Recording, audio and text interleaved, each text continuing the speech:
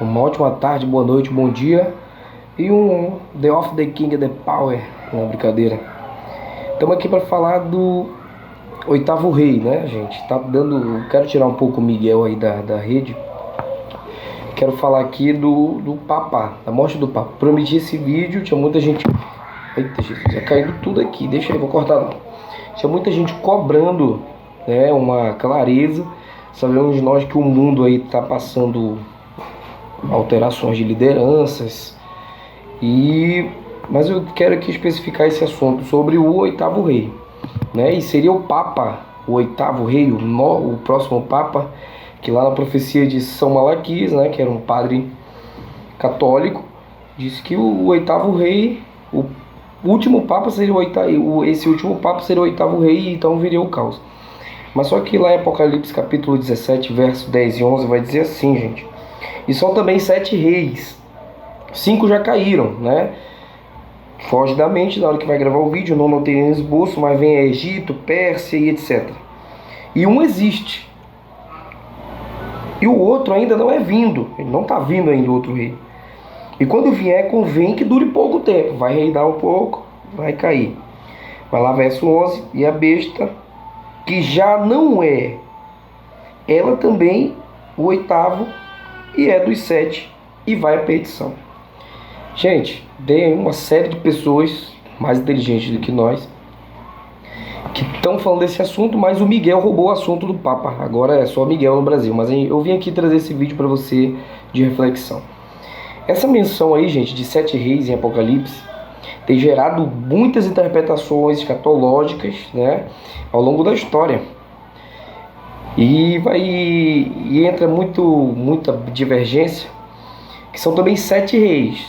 A Bíblia vai lá dizer no verso que nós lemos: 5 já caíram, um existe, o outro ainda não chegou, e quando chegar tem que durar pouco.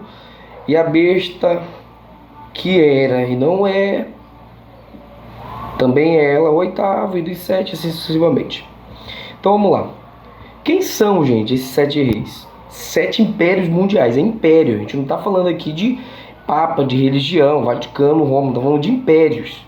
A gente não está falando aqui de papado e etc. A Bíblia vai estar o povo de Deus por oprimido várias vezes na Bíblia. O primeiro reinado egípcio, né, que oprimiu Israel na escravidão, o assírio, o babilônico, o medo-pérsia, a Grécia, a Roma. E esse 7º, né, é um futuro império restaurado. Ainda não chegou, mas virá com poder breve, né? Interpreta-se como uma forma restaurada do Império Romano, revivido sobre a liderança do Anticristo. Mas o 7º é somente uma base de transição de nações confederadas. É só uma transição, porque a Bíblia vai dizer que virá, mas não durará muito tempo. A besta, lá no verso 11, é o oitavo. Mas pertence, é conjugada, é interligada aos 7. Ou seja, o anticristo vai surgir desse último império mundial. E agora entra aqui o nosso raciocínio. Por que não seria o Papa, o próximo Papa, né? Porque a ideia de que esse oitavo rei seria o Papa, ou que haveria um último Papa como anticristo, é só uma especulação apócrifa, gente. É anacrônica, né? Essa noção ela foi popularizada com interpretações pseudoproféticas, teorias, como profecia lá de São Malaquias, como eu disse no início do vídeo, que nunca foi reconhecida pela igreja e carece de uma base, né, exegética sólida, não tem base, razões bíblicas e exegéticas para rejeitar essa ideia de que o Papa seja o oitavo rei. Tá entendendo? Então a estrutura do texto, o corpo do texto vai falar de impérios, não de indivíduos religiosos. Nós estamos falando de impérios, de nação, um braço de ferro, né? Então a linguagem apocalíptica aqui, ela é geopolítica.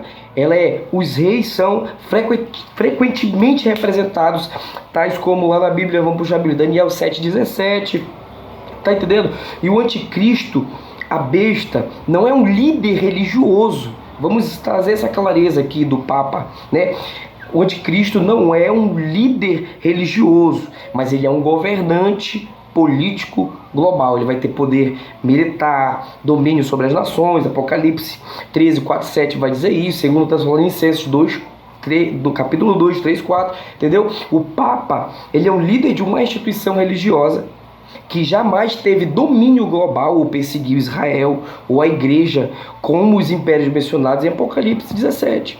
Tá entendendo? Então, a ideia de que o Papa é o anticristo ou o oitavo rei é um resultado de polêmicas religiosas da Reforma e teorias conspiratórias posteriores, e ela não é fundamentada no texto bíblico e nem nos pais da igreja primitiva.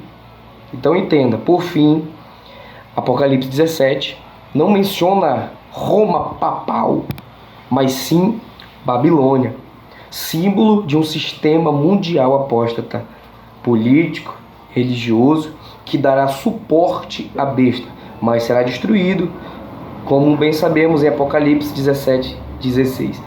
Então entenda, os 7 reis de Apocalipse representam 7 impérios sucessivos que oprimiram o povo de Deus, né? O 8º será o império do anticristo, um líder político futuro, né? Que ele vai encabeçar uma coalizão global nos tempos finais.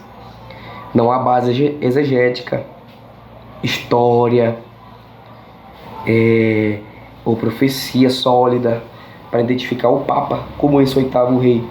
Então, essa interpretação ela vai carecer de respaldo nas escrituras, né? E se insere na Bíblia uma leitura fundamentalista e sem base. Mas vamos lá, para encerrar o vídeo, que eu creio que já está longo. Falso profeta escatológico. A besta da terra, Apocalipse 13, 11, ela é identificada como um falso profeta. Apocalipse 19, 20, ela vai representar um agente religioso de persuasão escatológica, promovendo um culto à besta, mediante sinais e enganos, sua aparência, né? A Bíblia vai dizer, ela vai refletir a dissimulação doutrinária, enquanto sua voz dragônica remete à influência satânica, né?